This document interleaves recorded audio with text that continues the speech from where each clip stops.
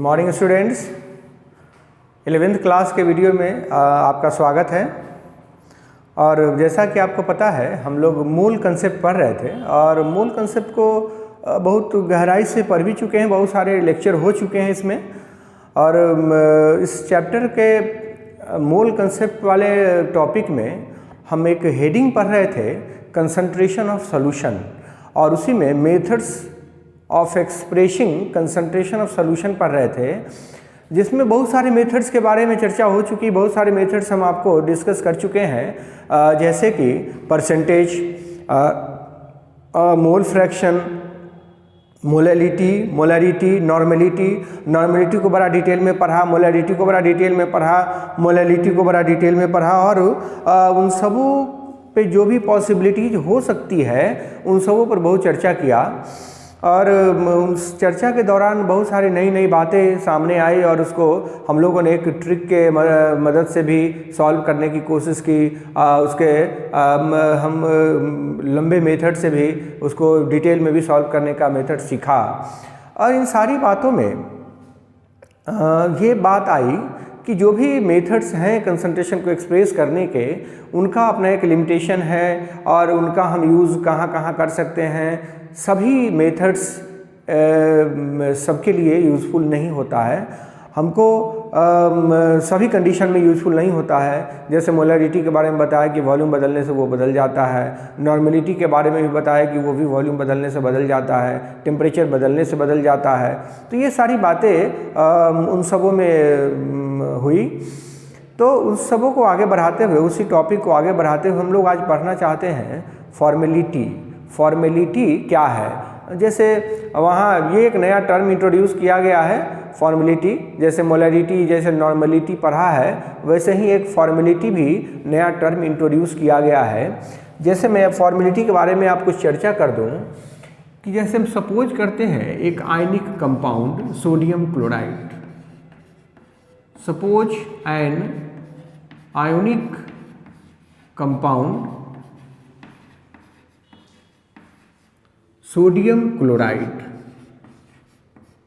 Sodium chloride का formula होता है NaCl। आप सभी लोग जानते हैं ये फॉर्मूला होता है। हम लोग इस सोडियम क्लोराइड के फॉर्मूला को कहते हैं कि ये मॉलिक्यूलर फॉर्मूला है, मॉलिक्यूलर फॉर्मूला है। बट आपको पता होगा कि मॉलिक्यूलर फार्मूला जब अगले क्लास में जब जाएंगे आप 12th में, तो वहाँ एक चैप्टर आता है सॉलिड स्टेट। तो जितने भी सॉलिड होते हैं, चाहे वो आयनिक सॉलिड हो, चाहे वो कोवैलेंट सॉलिड हो, मेटेलिक सॉलिड हो, सभी सॉलिड का अपना एक यूनिट सेल होता है। तो हर एक यूनिट सेल में जितने एटम्स होते हैं ना, फार्मूला उसी के बेसिस पर निकाला जाता है। खास करके आयनिक सॉलिड के लिए स्पेशली फॉर आयोनिक सॉलिड, अगर हम एक आयनिक सॉलिड की बात करते हैं, फॉर्मूला जो डिसाइड करते हैं हम लोग, formula is decided on the basis of number of cations and number of anions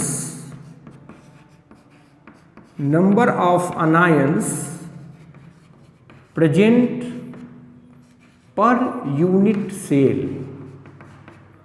आपको ये बात पता नहीं मालूम हो गई, ये बात आप नहीं जानते होंगे, लेकिन आप समझ लीजिए जब हम लोग अगले क्लास में चलेंगे, अगले 12th क्लास में, तो वहाँ सॉलिड स्टेट पढ़ाया जाएगा। तो उस सॉलिड स्टेट में ये बताऊंगा मैं कि किसी भी सॉलिड का, खास करके आयनिक सॉलिड का जो फार्मूला हम लोग डिसाइड करते हैं, वो फार्मूला डिसाइड करते हैं number of items, number of ions, cations and anions एक यूनिट सेल में जितने होते हैं। तो यहाँ इत्तेफाक से for sodium chloride, for NaCl, there are 4 Na plus and 4 Cl minus per unit cell. एक यूनिट सेल में होता है 4 सोडियम प्लस और 4 क्लोराइड माइनस। तो रेशियो जो होगा, ratio between Na plus and Cl minus वो हो जाता है 4:4। और इसी रेशियो को हम लोग सिंपलेस्ट रेशियो में जब कन्वर्ट करते हैं, जब हम लोग इसको सिंपलेस्ट रेशियो में कन्वर्ट करते हैं तो वो आ जाता है 1:1। और हम तब कहते हैं उस केस में कि इसका फॉर्मूला हो गया है NaCl। तब हम लोग उस केस में बोलते हैं कि सोडियम क्लोराइड का फॉर्मूला 1:1 के रेशियो में 1:1 के बेसिस पर हो गया है NaCl। तो NaCl फॉर्मूला हो गया, ठीक है, ठीक है। तो लेकिन उसका एक्चुअल फॉर्मूला NaCl हुआ नहीं। एक्चुअल जो रेशियो है वो 1:1 था ही नहीं, एक्चुअल रेशियो तो कुछ और था। तो एक्चुअल रेशियो के बेसिस पर अगर आप फॉर्मूला डिसाइड करना चाहते हैं तो देखिए, on the basis of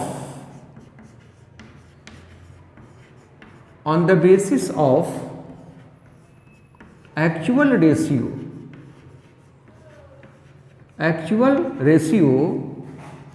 between cation and anion,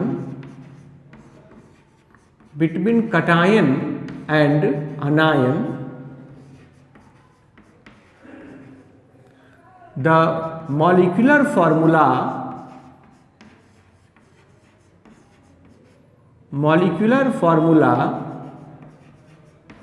of sodium chloride का मॉलिक्यूलर फॉर्मूला जो होगा वो हो जाना चाहिए Na4 और Cl4। यही बात हम कहना चाहते हैं। लेकिन हम लोग जो फॉर्मूला लिखते हैं NaCl, वो उसका सिंपलेस्ट रेशियो में डिसाइड करके तब हम फार्मूला लिख देते हैं। ये बात ठीक है, लेकिन वो एक्चुअल फार्मूला तो हुआ नहीं। और हम अगर आपसे पूछते हैं molecular mass of sodium chloride, तो आप तुरंत निकाल देते हैं कि सोडियम का 23 प्लस सोडियम क्लोराइड में यहाँ लिखना चाहता हूँ, सोडियम क्लोराइड। अगर इसका मॉलिक्यूलर मास मैं आपसे पूछूं तो आप तुरंत निकाल दोगे 35.5 प्लस 23 मतलब 58.5 इतना ग्राम। लेकिन आप समझते हैं कि ये जो मॉलिक्यूलर मास लिखा है वो एक मॉलिक्यूल का मास है ही नहीं, क्योंकि एक मॉलिक्यूल तो NaCl होता ही नहीं है। एक मॉलिक्यूल जो है वो Na4Cl4 होता है। तो हम ये समझते हैं कि इसको हम कह सकते हैं ये फॉर्मूला मास है। Hence it is better to say that 58.5 is the formula mass. यह उसका फॉर्मूला मास है, न कि मोलर मास है। तो अब आप समझ गए होंगे कि हम यहाँ फॉर्मूला मास की बात करते हैं, मॉलिक्यूलर मास की बात नहीं कर रहे हैं। ये फॉर्मूला मास है। तो फॉर्मेलिटी का डेफिनेशन होता है, फॉर्मेलिटी इज एक्चुअली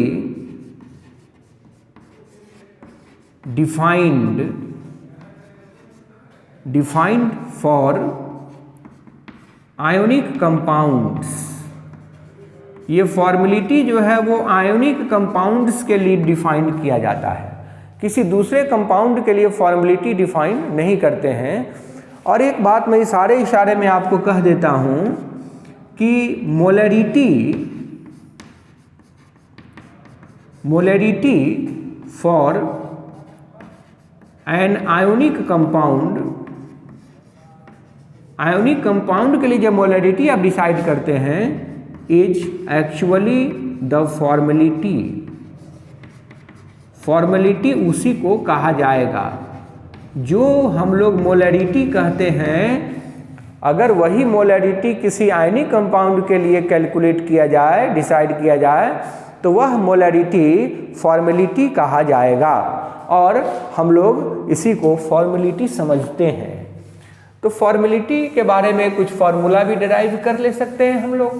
डेफिनेशन लिख सकते हैं कि formality is actually total number of formula mass.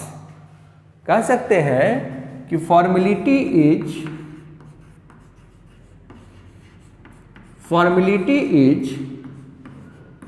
Actually the total number of formula मास। अब वहाँ मोलर मास कहते थे, यहाँ पर कहना है formula mass present in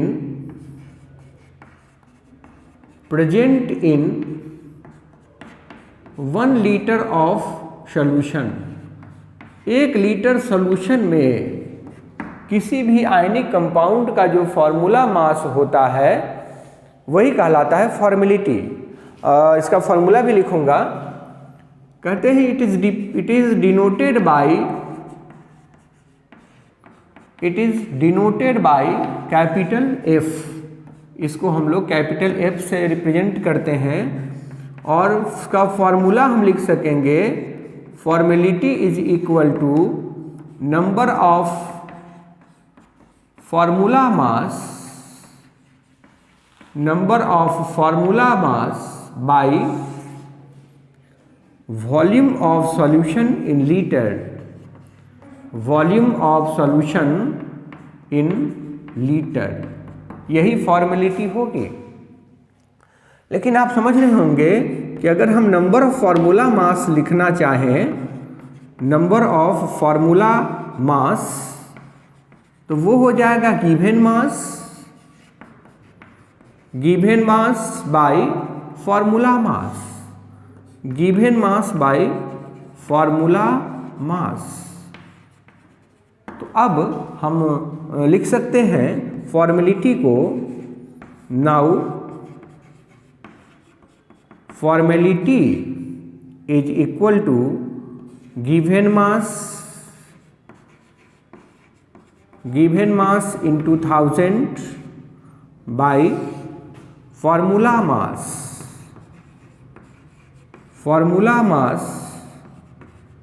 into volume of solution in millilitre.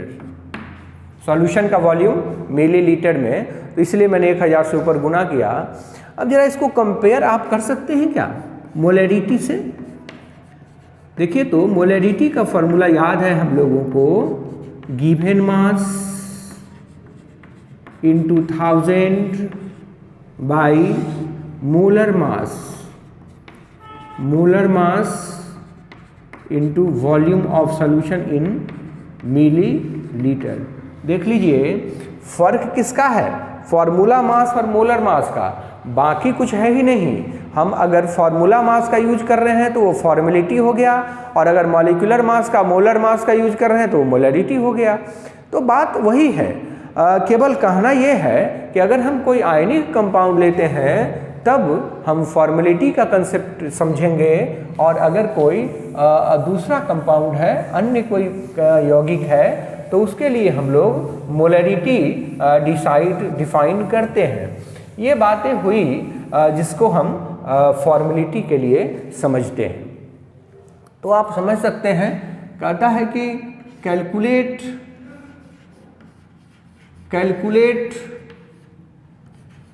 Formality, जैसे सवाल अगर पूछ दिए, calculate formality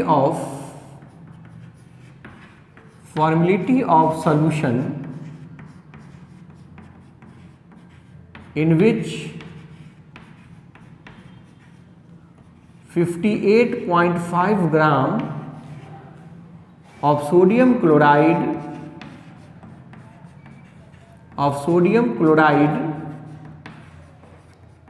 is present in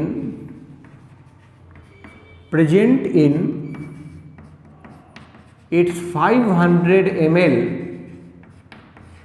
of solution। इसके 500 मिलीलीटर सॉल्यूशन में 58.5 ग्राम सोडियम क्लोराइड है। तो कहता है कि इसका निकाल दीजिए फॉर्मेलिटी। तो सबसे पहले हमको निकालना होगा फॉर्मूला मास ऑफ NaCl। आप समझ गए होंगे ये मोलर मास नहीं है, 58.5। वॉल्यूम ऑफ सॉल्यूशन वो दिया है 500 ml। तो हम निकाल सकते हैं, गिवन मास दिया है, गिवन मास भी दे रखा है 58.5 ग्राम। तो इसका हम फॉर्मेलिटी आसानी से निकाल सकते हैं। नाउ फॉर्मेलिटी, तो ये हो जाएगा 58.5 इंटू 1000 बाई 58.5 इंटू 500 वॉल्यूम दिया हुआ है। तो ये तो कट गया, ये 2 बार कटा, तो इसका आंसर हो गया 2 फॉर्मल। इसको पढ़ते हैं फॉर्मल, 2F इसकी फॉर्मेलिटी हो गई। ये है फॉर्मेलिटी कैलकुलेट करने का मेथड। तो फॉर्मेलिटी हम लोग ऐसे कैलकुलेट कर लेते हैं। और फॉर्मेलिटी जनरली होता है मोलैरिटी ही, केवल हम आयनिक कंपाउंड की जब बात करने लगते हैं, किसी आयनिक कंपाउंड की बात करते हैं, तो वह मोलैरिटी फॉर्मेलिटी में बदल जाता है। बस इतनी सी बात है फॉर्मेलिटी में। तो ये फॉर्मेलिटी का एक कंसेप्ट था। एक और मेथड होता है पार्ट्स पर मिलियन, ppm। आपने ppm का नाम सुना होगा। जैसे एटमॉस्फेयर में अगर कोई पॉल्यूटेंट है, बहुत कम अमाउंट में पॉल्यूटेंट है, तो उसके कंसंट्रेशन को ppm में एक्सप्रेस किया जाता है। और उसका हम आपको एक समझा देना चाहते हैं कि ये पार्ट्स पर मिलियन है क्या। पार्ट्स पर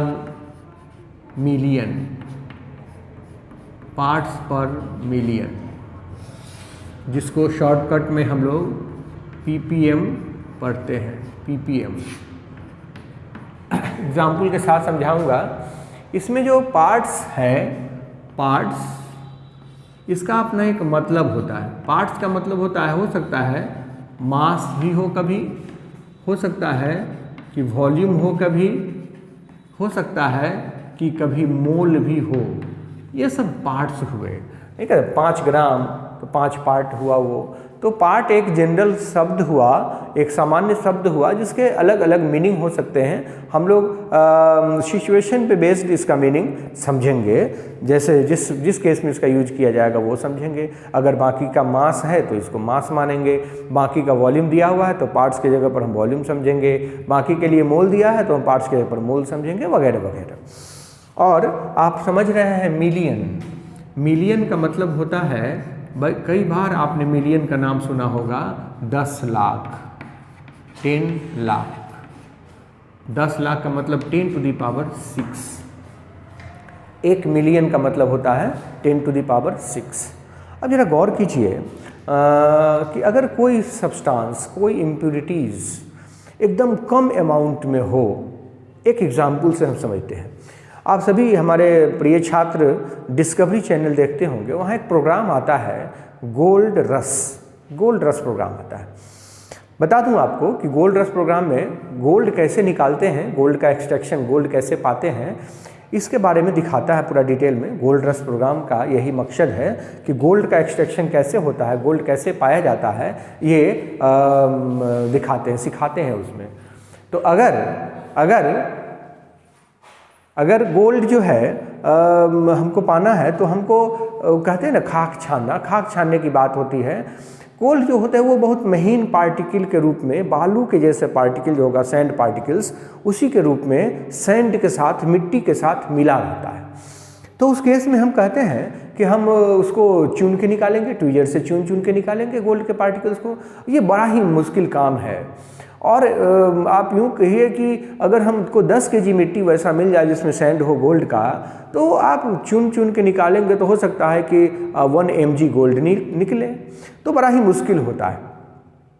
तो अगर हमको कोई 1 केजी वैसा मिट्टी दे तो हम उसमें इंटरेस्ट नहीं लेंगे, लेकिन वही अगर हमको 1000 केजी मतलब 1 क्विंटल अगर मिट्टी कोई हमको दे देता है, 1 टन अगर हमको कोई मिट्टी दे देता है, तो निश्चित रूप से उसमें हमको 1 ग्राम सोना मिलेगा। 1 ग्राम सोने का आज के हिसाब से रेट हुआ 5000। तो मेरे कहने का मतलब है कि अगर हम एक दिन में उस मिट्टी को छान लेंगे तो हमको 5000 की आमदनी होगी, तो वो ठीक है, हम कर सकते हैं वो काम।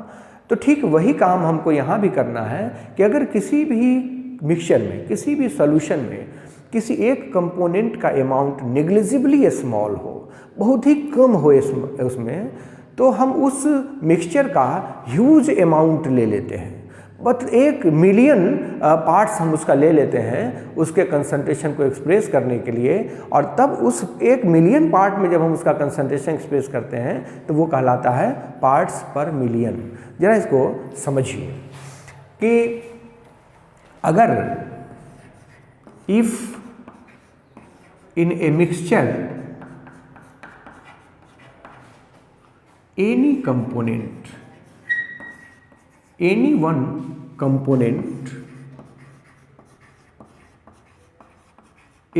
component is negligibly small, then 10 to the power 6 parts of that mixture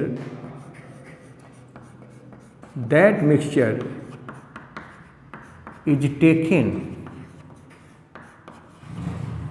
to express the concentration को एक्सप्रेस करने के लिए 10 to the power 6 parts mixture का ले लिया जाता है। उस केस में in that case the concentration of solution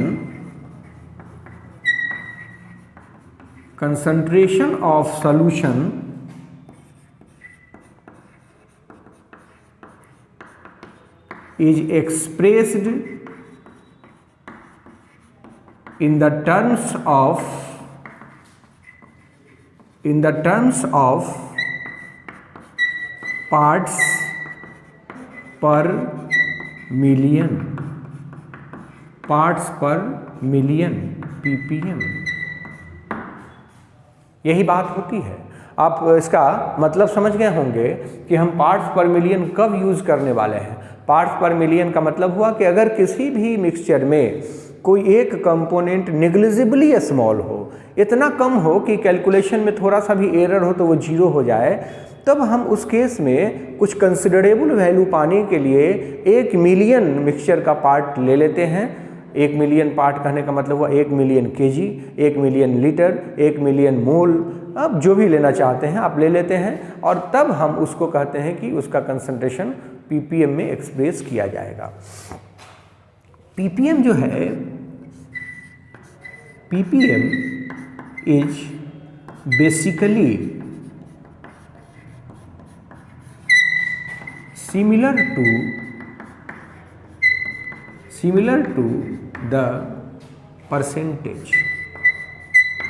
ये परसेंटेज के जैसा है। परसेंटेज को एक्सप्रेस करते हैं 100 में, percentage in 100, but ppm is in 10 to the power 6। जो परसेंटेज 100 में निकालते हैं, ppm हम लोग 10 to the power 6 पार्ट्स में निकालते हैं। यही बात है। तो कहता है कि पार्ट्स पर million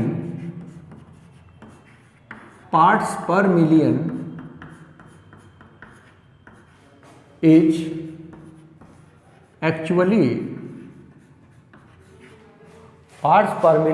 actually the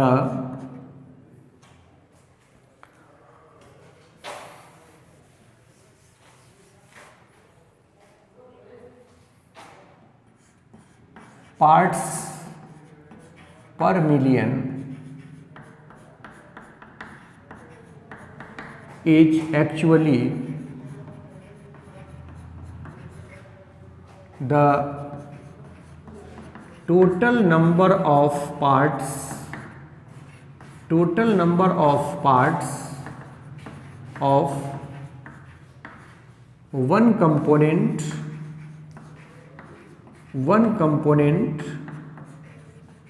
present in 10 to the power 6 parts of a mixture। एक मिक्सचर के 10 टू दी पावर 6 पार्ट्स में सॉल्यूट के किसी एक कंपोनेंट के जितने पार्ट्स होंगे वो कहलाएगा पीपीएम। आप पीपीएम का फॉर्मूला लिख सकते हैं, पीपीएम बराबर होगा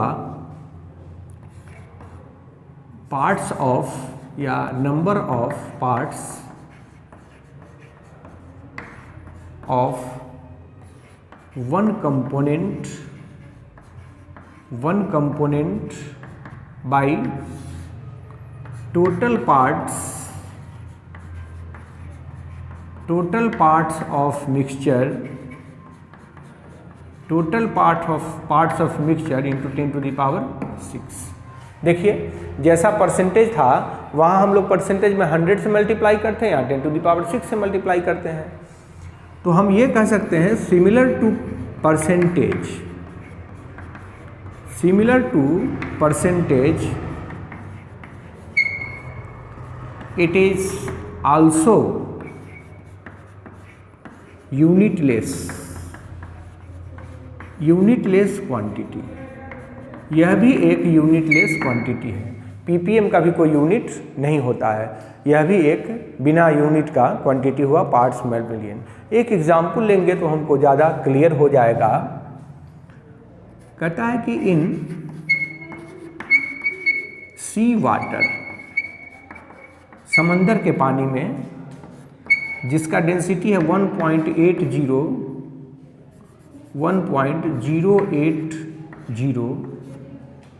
ग्राम पर मिलीलीटर, वाटर का डेंसिटी है। 1 litre of water contains 6 milligram of oxygen। 1 litre समंदर के पानी में 6 मिलीग्राम ऑक्सीजन है। कहता है कैलकुलेट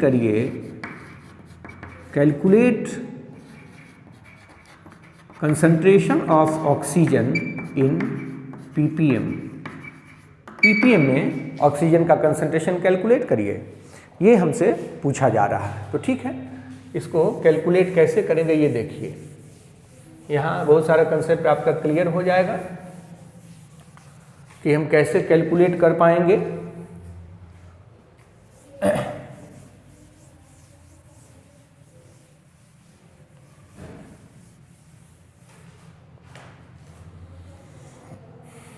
देखो कहता है कि mass of solute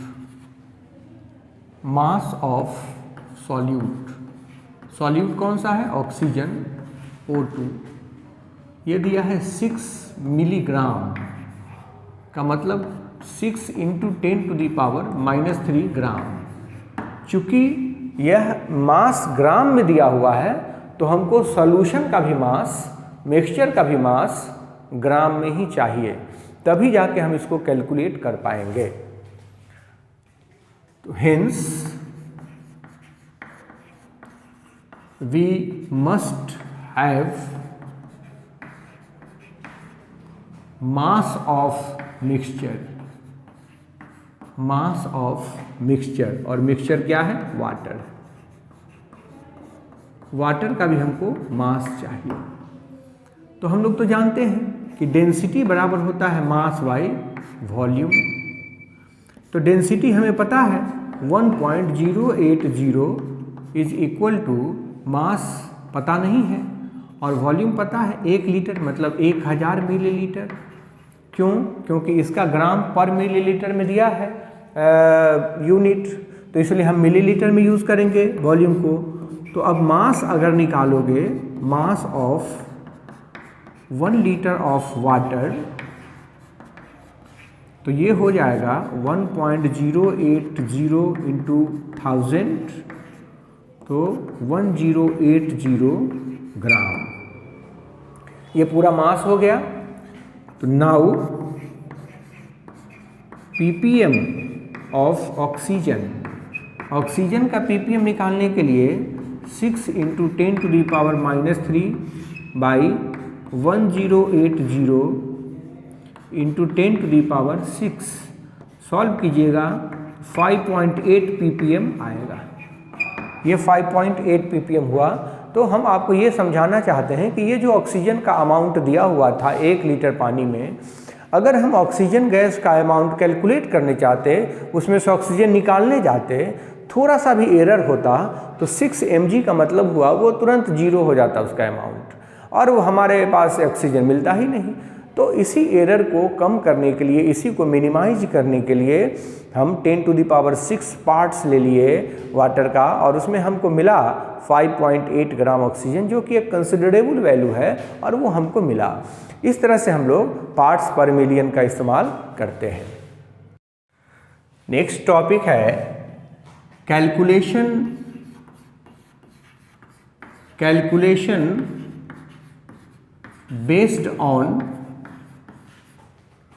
based on chemical equations।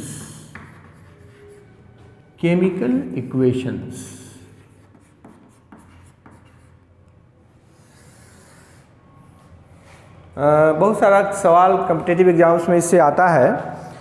Mole concept पर ही बेस्ड है ये सारा का सारा कैलकुलेशन, और उसके लिए हमको ज़रूरत जो है जिस चीज़ की, जो सबसे एसेंशियल वेपन्स हैं, वो है इक्वेशन को बैलेंस करने आना चाहिए। तो अगर हमारे पास कोई इक्वेशन, बैलेंस्ड इक्वेशन है, जैसे सपोज कीजिए कि एक रिएक्शन हो रहा है, कैल्शियम कार्बोनेट को हमने हीट करा, कैल्शियम कार्बोनेट सॉलिड है, जब हम इसको हीट करते हैं तो बनाता है calcium oxide solid plus CO2 gas, ये इक्वेशन है। तो इसमें सवाल पूछा जा सकता है कि अगर हम 10 ग्राम कैल्शियम कार्बोनेट को हीट करें तो कितना ग्राम कार्बन डाइऑक्साइड गैस मिलेगा। सवाल है कि on heating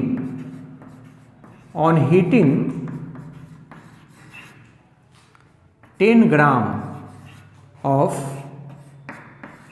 calcium carbonate, how much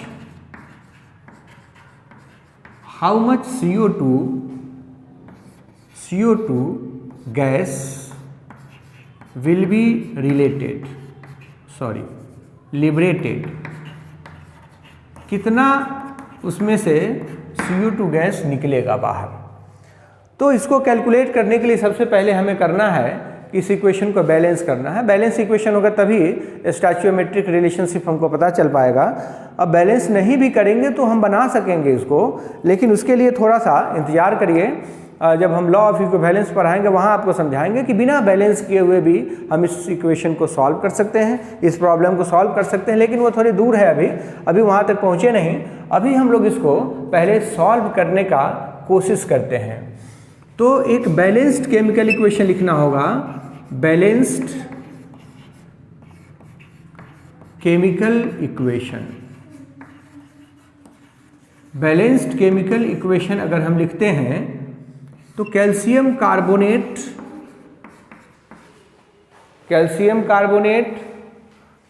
इसको हम हीट करते हैं तो बनाता है ये calcium oxide plus carbon dioxide gas, और इत्तेफाक से ये इक्वेशन ऑलरेडी बैलेंस्ड है, हमको इसको बैलेंस करने की ज़रूरत नहीं पड़ेगी। आप समझ रहे होंगे कि इसको हम रिएक्टेंट के नाम से जानते हैं और एरो के बाद वाले को हम प्रोडक्ट कहते हैं। तो यहाँ रिएक्टेंट एक ही है, तो इसलिए हमको बहुत ज़्यादा परेशान होने की ज़रूरत है नहीं। रिएक्टेंट का मोलर मास निकाल दीजिए। अगर आप मोलर मास निकालना जानते हैं, मोलर मास ऑफ CaCO3, तो ये निकालेंगे तो आप समझ रहे होंगे 100 ग्राम आना है इसको। तो कहता है कि अगर 100 ग्राम कैल्शियम कार्बोनेट लेंगे तो यहाँ पर कार्बन डाइऑक्साइड गैस कितना बनेगा, मोलर मास ऑफ CO2 ये 44 ग्राम होगा, आप सभी लोग जानते हैं। तो यहाँ कहता है, बड़ा आसान हो गया ये, कि on heating 100 gram of calcium carbonate we get 44 gram of CO2। अब इसको बना देना, तो 1 ग्राम को हीट करेंगे तो कितना आएगा, 44/100, और हमारे पास 10 ग्राम है तो हम इसको 10 ग्राम कर देते हैं, तो 44 × 10/100, तो इसको सॉल्व करिएगा तो 4.4 ग्राम आएगा और यही इसका आंसर हो जाएगा। बड़ा आसान है, 4.4 ग्राम आया और यही इसका आंसर हो गया। ठीक वैसे ही हम एक और इक्वेशन को देख सकते हैं। एक पोटेशियम क्लोरेट होता है KClO3, जब इसको गर्म किया जाता है तो बनता है KCl+O2, KCl+O2। अब इसमें पूछता है सवाल कि हम अगर 10 ग्राम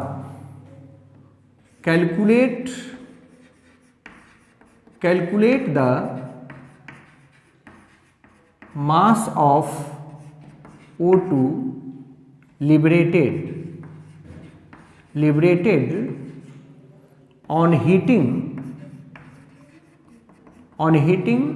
10 ग्राम ऑफ KClO3, तो KClO3 को अगर हम गर्म करेंगे 10 ग्राम को तो कितना ग्राम ऑक्सीजन मिलेगा, यही बात कैलकुलेट करना है। तो यहाँ देखिए ये इक्वेशन जो है, सबसे पहले हमें बैलेंस्ड केमिकल इक्वेशन लिखना पड़ेगा। बैलेंस्ड केमिकल इक्वेशन हमको लिखा हुआ होना चाहिए। तो बैलेंस्ड केमिकल इक्वेशन में अगर आप KClO3 लिखते हैं तो ये देगा KCl+O2, बैलेंस नहीं है, यहाँ 3 ऑक्सीजन है, यहाँ 2 ही है, तो 3O2 कर दीजिए, 2KCl एंड 2KClO3 कर दीजिए। अब इसको पहले बैलेंस कर लिया हमने, और बैलेंस करने के बाद सब कुछ वही करना है, इसका मोलर मास निकाल देंगे। मोलर मास या जो मास अभी इसका यूज हो रहा है, मास ऑफ KClO3, और यहाँ मास कितना मिला, मास ऑफ O2, और उसके बाद हम कैलकुलेट कर लेंगे। बड़ा आसान तरीका, इसमें हमने करना क्या था कि इसको बैलेंस कर देना था। बैलेंस करने के बाद हमको एक रास्ता मिल जाएगा इसको कैसे सॉल्व करें। लेकिन बात आके वहाँ बिगड़ जाती है जब रिएक्टेंट्स 1 से ज़्यादा हो जाते हैं। अगर रिएक्टेंट्स 1 से ज़्यादा हुए तो फिर वहाँ बात बिगड़ जाएगी। कैसे बिगड़ जाएगी ये समझ लीजिए। उसको कैलकुलेट करने के लिए थोड़ा सा ट्रिक अपनाना पड़ेगा, थोड़ा सा बेसिक कंसेप्ट दे देता हूँ कि कैसे हम वैसे केस में न्यूमेरिकल्स सॉल्व करेंगे। देखिए कहता है कि अगर if more than 1 reactants are there, reactants are there, अगर 1 से ज़्यादा रिएक्टेंट्स हुआ, उसके लिए एक सवाल पहले लिखता हूं। Calculate mass of CO2 released on complete combustion, complete नहीं कह सकते हैं, combustion of 18 gram of ethylene या एसिटिलीन कहिए, acetylene in the presence of 8 gram of oxygen. देखिए इसको जरा समझ लेना है। कि पहले तो हमें एक रिएक्शन लिखना पड़ेगा एसिटिलीन C2H2, ये है एसिटिलीन गैस, एसिटिलीन गैस है और ये ऑक्सीजन के प्रेजेंस में जल रहा है, तो जल के बनाएगा ये CO2 और प्लस H2O। कुछ करना नहीं है, इसको बैलेंस कर देना है, 2 CO2 कर दीजिएगा, 2 कार्बन इधर है, ऑक्सीजन हो गया 4 और एक 5, तो यहाँ 5/2 कर देता हूँ, ये बैलेंस हो गया। अब यहाँ पर कहता है जो गिवन अमाउंट है वो गिवन मास है एसिटिलीन का 18 ग्राम और ऑक्सीजन का 8 ग्राम, ऑक्सीजन का 8 ग्राम। तो उस केस में हमको ये समझना है कि आखिर कैलकुलेशन हम किसके बेसिस पर करेंगे, 18 ग्राम एसिटिलीन की 8 ग्राम ऑक्सीजन। देखिए दोनों के बेसिस पर करके देख लेते हैं। Molar mass of acetylene, molar mass of C2H2 24 और 2 26, 26 ग्राम। तो कहता है कि 26 gram of C2H2 gives how much CO2? 44 दूना 88, 88 ग्राम ऑफ CO2। हमारे पास 18 ग्राम है, तो 18 ग्राम से कितना मिलेगा, तो 88 इंटू 18/26, इतना ग्राम CO2 मिलेगा। और अगर हम ऑक्सीजन के बेसिस पर बनाते हैं तो देखिए 8 ग्राम नहीं, मास ऑफ ऑक्सीजन आप कैलकुलेट कर सकते हैं, मास ऑफ ऑक्सीजन ये कैलकुलेट किया जा सकता है, तो 5/2 इंटू ऑक्सीजन का 16 और ऑक्सीजन 2 है तो 2, इसे कट गया तो 80 ग्राम आया। तो हम कह सकते हैं कि 80 gram of oxygen gives 88 gram of CO2। तो हमारे पास ऑक्सीजन है कितना, 8 ग्राम, तो 8 ग्राम कितना देगा, तो 88 इंटू 8/80, यही तो होगा, इतना ग्राम CO2 मिलेगा। देखिए ये दोनों का दोनों वैल्यू अलग है, इसका मतलब ये दोनों एक नहीं है, दोनों अलग अलग वैल्यू है, तो इसमें से कोई एक गलत है और कोई एक सही है। तो अगर हम ऐसे रिएक्शंस को, ऐसे प्रॉब्लम्स को सॉल्व करने चलते हैं तो ये मान के चलना पड़ेगा कि दोनों ही के बेसिस पर, आप चाहें किसी के बेसिस पर कैलकुलेट कर लेना, ये पॉसिबल नहीं है। तो यहाँ पर हमें कंसेप्ट यूज़ करना होगा, here we have to decide the limiting reagent. यहाँ पर हमें लिमिटिंग रिएजेंट डिसाइड करना पड़ेगा और उस लिमिटिंग रिएजेंट के बेसिस पर ही अपॉन विच द कैलकुलेशंस, जिसके बेसिस पर हम कैलकुलेशंस कर सकेंगे, कैन बी डन। तो मेरा मतलब ये है कि अब इस केस में हमें एक नया कंसेप्ट पढ़ना पड़ेगा और वो है लिमिटिंग रिएजेंट का। लिमिटिंग रिएजेंट एक ऐसा रिएजेंट होता है जो किसी भी केमिकल रिएक्शन के प्रोडक्ट को कंट्रोल करता है, और जो लिमिटिंग रिएजेंट हो जाएगा हम पूरा का पूरा कैलकुलेशन उसी पर करेंगे। सपोज कीजिए, मैं आपको एक एग्जांपल से समझा देता हूँ कि साइकिल बनाने वाली एक कंपनी है, हीरो साइकिल बनाती है और उसके बाद अलग अलग विंग्स हैं। किसी विंग में साइकिल का चक्का बनता है, किसी में पैडल बनता है, किसी में हैंडल बनता है। सपोज कीजिए कि हैंडल बनाने वाले विंग्स ने 2000 हैंडल बनाया, चक्का बनाने वाले ने 3 लाख चक्का बना दिया, लेकिन फ्रेम बनाने वाले विंग ने 4 फ्रेम बनाया एक दिन में, मात्र 4 फ्रेम। तो साइकिल कितनी बनेगी, मात्र 4। कहने का मतलब ये हुआ कि वहाँ पर जो लिमिटिंग, प्रोडक्शन को जो लिमिट करने वाला विंग है वो है फ्रेम को बनाने वाला विंग। ठीक वैसे ही यहाँ भी रिएक्शन में एक लिमिटिंग रिएजेंट होता है जिस लिमिटिंग रिएजेंट का पता लगा लेना है, और एक बार अगर हमको उस लिमिटिंग रिएजेंट का पता चल जाए तो फिर बाकी सारा का सारा कैलकुलेशन हम उसी पर छोड़ देंगे और उसी के आधार पर कैलकुलेशन करेंगे। और ये मैं लिमिटिंग रिएजेंट अब नेक्स्ट वीडियो में आपसे डिस्कस करूँगा, और ये लिमिटिंग रिएजेंट के बारे में आप भी कुछ पढ़ेंगे। असाइनमेंट डाल दूंगा डिस्क्रिप्शन में, आप उसको सॉल्व करेंगे। धन्यवाद।